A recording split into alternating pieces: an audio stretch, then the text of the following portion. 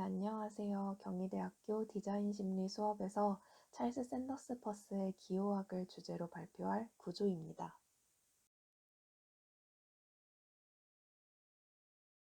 목차는 다음과 같이 진행될 예정입니다. 찰스 샌더스 퍼스에 대해 먼저 간단히 소개하고 철학적 배경과 기호학 개요를 살펴본 뒤에 퍼스의 기호학을 설명합니다. 퍼스의 기호학에서도 세미오시스와 도상지표 상징이라는 분류 체계를 심도 있게 설명드리고 그것을 바탕으로 우리 주위에서 볼 수 있는 퍼스 기호학의 예시를 소개하면서 발표를 마무리하겠습니다. 그럼 퍼스의 소개와 간단한 생애부터 발표 시작하겠습니다. 퍼스는 미국 실용주의 철학의 선구자입니다. 그는 매서추세츠주 케임브리지에서 태어나 하버드 대학을 졸업했으나 하버드 대학과 존스 홉킨스 대학에서 몇 년간 강사직에 있었던 것을 제외하면 거의 평생을 연한 측량부 기사로 근무한 독특한 경력의 소유자입니다. 그럼에도 불구하고 퍼스는 수많은 기술적 업적을 쌓는 한편 고도로 전문화된 수학, 논리학, 기호학, 철학 등에 관한 독창적 논문들을 여러 학술지에 발표했습니다. 퍼스는 생전에 단 한 권의 책도 발간하지 않았으나 그가 사망한 후 1931년부터 1935년 사이에 총 8권으로 된 논문집이 출판됨으로써 비로소 실용주의 철학과 기호학 등에 관한 그의 독창성이 세상에 알려지게 되었습니다. 기호의 목적은 진리를 가져오려는 데 있다. 퍼스의 주장은 퍼스 기호학의 목적이 의미의 해석 이론임과 동시에 진리 탐구 이론임을 분명하게 보여줍니다. 또한 퍼스의 철학은 추상적인 고전 철학자들과 달리 과학적 태도를 기반으로 진리와 세계상을 전개하고 있어 더욱 매력적입니다. 기호학에 관한 퍼스의 관심은 인간과 사회 및 자연적 대상에 관한 합리적 인식과 탐구의 논리를 규명하려고 하는 철학적 문제의식에서 비롯되었습니다. 퍼스의 이론의 철학적 배경 가운데 가장 근본이 되는 것은 시네키즘, 즉 연속주의라는 관념입니다. 퍼스는 이미 우주를 더 이상 하나의 닫혀진 총체로 이해될 수 없는 항구적인 발전과 진화가 진행되는 역동성으로 파악했습니다. 연속주의적 인식에 의하면 자족자존의 독립적 실체는 불가능하며 심지어는 개인주의와 개체주의는 제약시되기까지 합니다. 즉 퍼스의 연속주의는 모든 사물들의 완전한 상호의존과 상호관계 또는 연속성의 관념을 뜻합니다. 퍼스의 철학적 입장 중 또 다른 한 가지는 실제론입니다. 실제로는 인식의 대상을 사람의 의식이나 주관으로부터 독립하여 존재하는 것으로 보고 이들을 객관적으로 파악하는 것이 참다운 인식이라고 하는 이론입니다.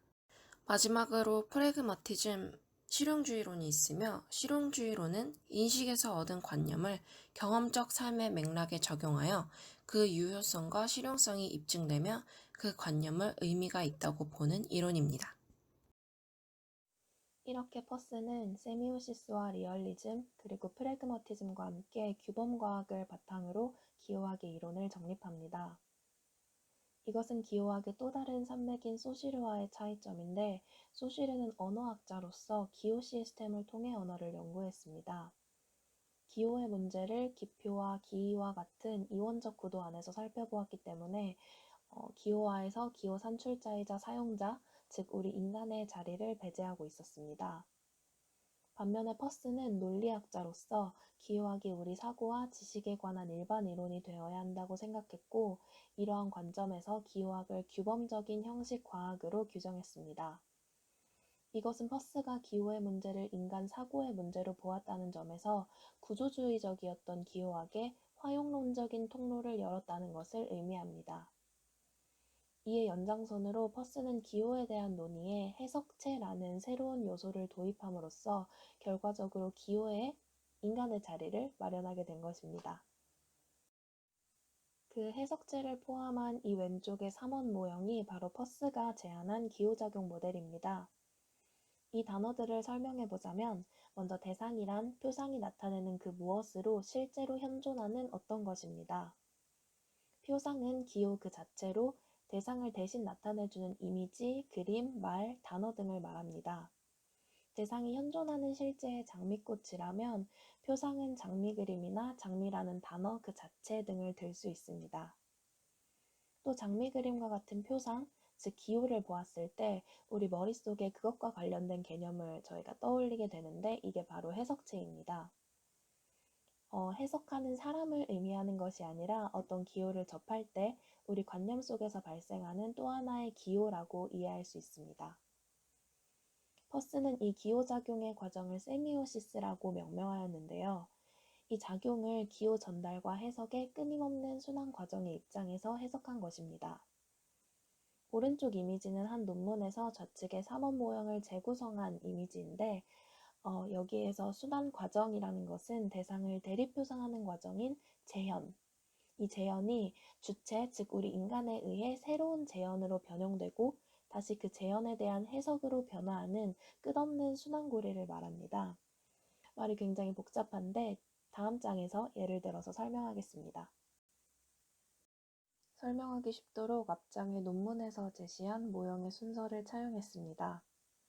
상단의 장미 그림은 왼쪽의 현실 장미를 대립 표상하고 있습니다. 이 장미 그림을 보았을 때 주체는 사랑이라는 개념을 떠올릴 수 있는데 이게 바로 해석체이고요.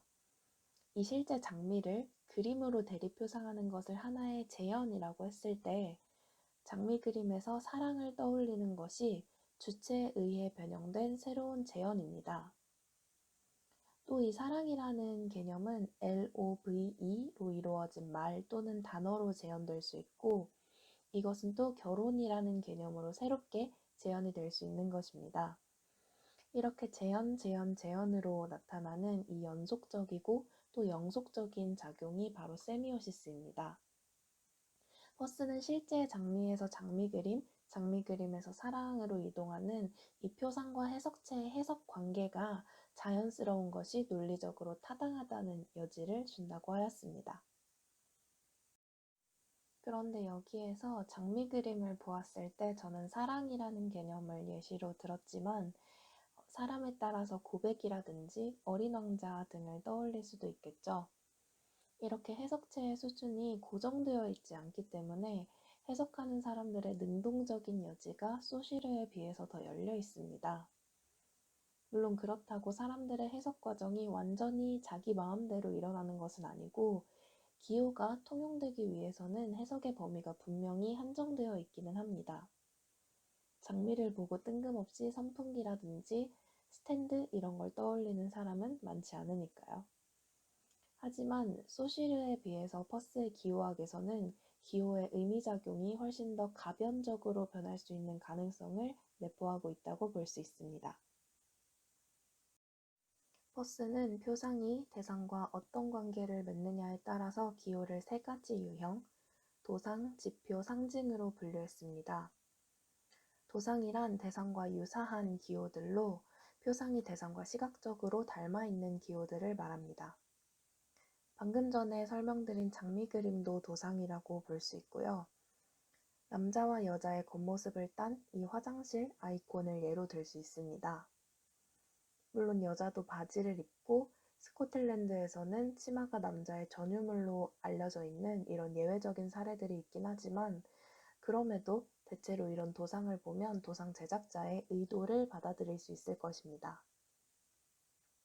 또 예시로 제시된 픽토그램들 뿐만 아니라 사실적인 그림도 도상으로 볼 수 있는데 아무리 사실적이라 하더라도 순수한 도상일 수는 없으며 반드시 기호의 요소를 포함하고 있습니다.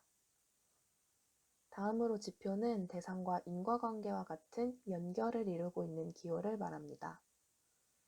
기호의 작용은 단순한 유사성이나 정신작용에 의해서가 아니라 근접성에 의해서 일어나고 표상이 나타내는 대상을 논리적으로 추론할 수 있도록 되어 있는데 예를 들면 깨진 자동차 유리를 보고 사고가 난 것을 추론할 수 있는 것을 말합니다.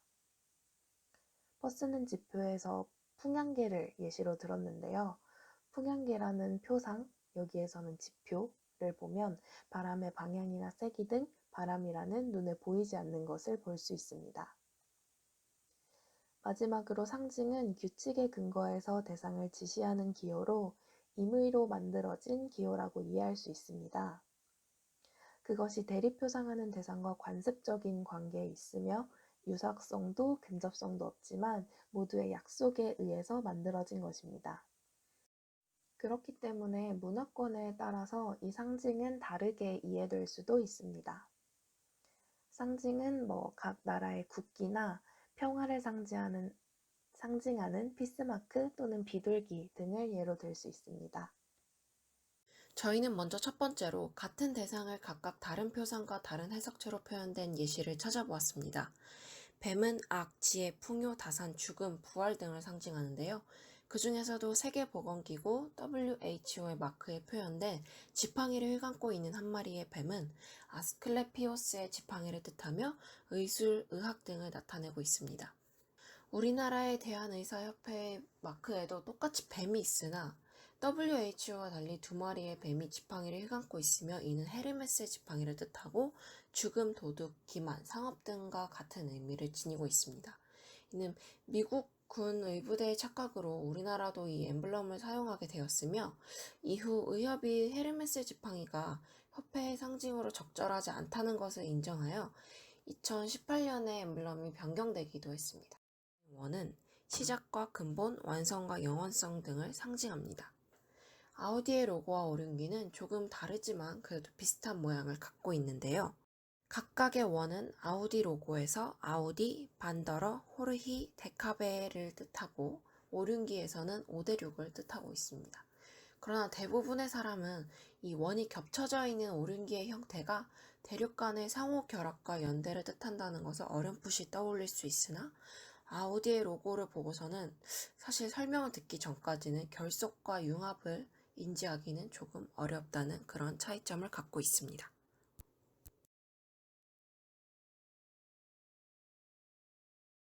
다음의 예시는 인터넷에서 사용자를 구분할 때 쓰고 있는 @기호입니다. 각 문화권마다 이 @이라는 기호를 보고 각각 다른 해석체가 발생하고 그리고 그 해석체에 따라 곧바로 또 다른 표상으로 이어지고 있는 것을 발견할 수 있는데요. 이 기호를 보고 똑같이 동물의 꼬리로 해석했으나 어떤 나라들에서는 이것이 원숭이의 꼬리로 표상되었고 어떤 나라들에서는 이것이 쥐의 꼬리로 표상된 것을 확인할 수 있습니다. 다음의 예시는 이 손 모양의 이모티콘입니다. 마치 양손을 모으고 있는 것 같은 모양이기도 하면서 두 사람이 손을 맞댄 것 같은 모양이기도 한 이 이모티콘은 한국, 일본, 인도 같은 이런 아시아권 문화에서는 감사, 부탁, 또는 사과의 의미로 사용되고 있지만 미국이나 남아프리카 공화국, 영국 같은 이런 서양권 문화에서는 그런 의미보다는 축복이나 기도 또는 하이파이브라는 의미로 사용되고 있습니다. 그 다음 예시는 우리 디자인과 학생들이 가장 공감을 할 수 있는 그런 예시인데요. 일반인들이라면 이것을 그냥 그저 회색 체크 무늬로 인식하지만 디자이너라면 이것을 투명한 배경으로 인식하는 것처럼 이렇게 같은 것을 보고도 직업 또는 관심사에 따라서 다르게 보이는 관점을 가질 수 있다는 것을 알 수 있습니다. 마지막 예시는 2019년도에 나왔던 유니클로의 광고입니다. 광고 속에는 백발의 할머니와 한 소녀가 얘기를 나누고 있는데요. 사실 영어 대사만 보면 크게 문제는 없습니다. 그러나 유독 우리나라 광고에만 80년도 더 된 일을 기억하냐고 라는 자막이 추가되어 나오면서 굉장히 많은 논란이 일어났던 그런 광고입니다. 하지만 여기 이렇게 왼쪽 하단에 나온 이 캐나다의 유튜버를 보면 우리나라 문화권이 아닌 사람이 보기에는 이 80년도 더 된 일을 기억하냐고 라는 이 자막이 무엇이 문제인지 인지를 못하는 그런 상황을 볼 수 있습니다. 이 광고를 보면 하나의 똑같은 텍스트가 각 문화권마다 얼마나 다른 의미로 해석될 수 있는지 알 수 있습니다. 앞서 저희가 보여드린 예시를 보면 알 수 있듯이 소시르와 달리 퍼스의 기호학은 대상 세계를 합리적으로 탐구해가는 논리학이며 따라서 모든 것을 기호로 파악하는 범기호적 관점이 특징입니다. 음성적 영상과 개념, 기표와 기의의 결합을 언어의 기본 단위로 파악하는 소시르의 기호학에는 현실적 대상이 개입될 여지가 없습니다. 그러나 퍼스의 기호학은 대상 세계에 대한 탐구의 논리이기 때문에 기호가 표상하고 지시하는 대상이 중요시됩니다. 퍼스의 세미오시스에 있어서 기호가 지시하는 현실적 대상에 대한 인간의 합리적 해석과 재해석의 과정이 핵심적 중요성을 갖습니다. 때문에 퍼스의 기호학은 인식 주체의 끊임없는 재해석을 통해서 자신과 대상 세계에 대한 이해를 넓히고 심화시킬 수 있다는 것이 가장 큰 특징이라고 할 수 있습니다. 저희가 발표 내용이나 PPT에 사용한 문헌 및 자료들을 정리한 페이지를 끝으로 발표를 마치겠습니다. 들어주셔서 감사합니다.